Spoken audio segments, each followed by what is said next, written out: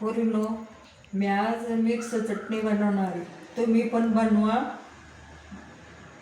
खायला लय भारी लागते, छान लागते खायला मिक्स. एक वाटी तीळ घेतले, एक वाटी शेंगदाणे घेतले, हे थोडं खोबरं घेतलं आणि लसूण घेतला आणि मिरची घेतली. आता कढई गरम झाली. आता ही शेंगदाणे चांगले लाल भाजून घ्यायचे आहेत. पूर्व शेंगदाणे चांगले भाजून घ्यायचे खरपूस सुस्त. मग चटणी चवदार लागते चांगलं भाजूची. हे शेंगदाणे आपले चांगले भाजले गेले खरपूस. आता हे काढून घेऊ आपण. ते तीळ चांगले भाजून घ्यायचे खरपूस तर मस्त लाल कलर येऊस तर जरा फुटूस तर चांगले भाजायचे तीळ. आता आपले तीळ चांगले भाजले गेले खरपूस. आता हे काढून घेऊ आपण. हे खोबरं कमी गॅसवर लालसर होऊस तर भाजून घ्यायचं. फुल गॅस केला का ते जळतं. मग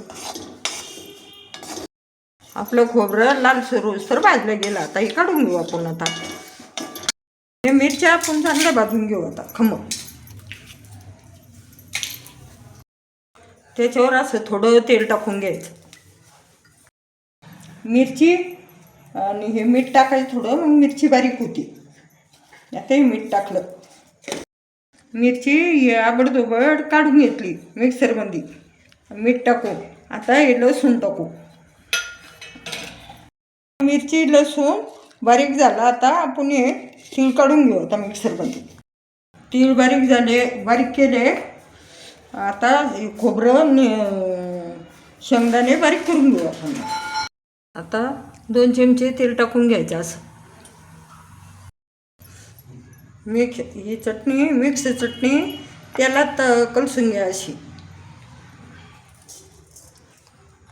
आता चटणी मिक्स चटणी तेलात तेल टाकलं थोडं. आता तेलामध्ये चांगली परतून घ्या अशी. थोडं कमी गॅसवर परतून घ्यायची अशी. पोरीनो, तयारी आपली मिक्स चटणी. कधी जेवणाबरोबर थोडी चवीला चवदार लागते. आणि मुलाला बी तुम्ही डब्यात द्या. तुम्ही पण खाऊन पहा, करून पहा. छान लागते मिक्स चटणी. आणि तुम्हाला जर आईचा व्हिडिओ आवडला असेल तर लाईक करा, शेअर करा.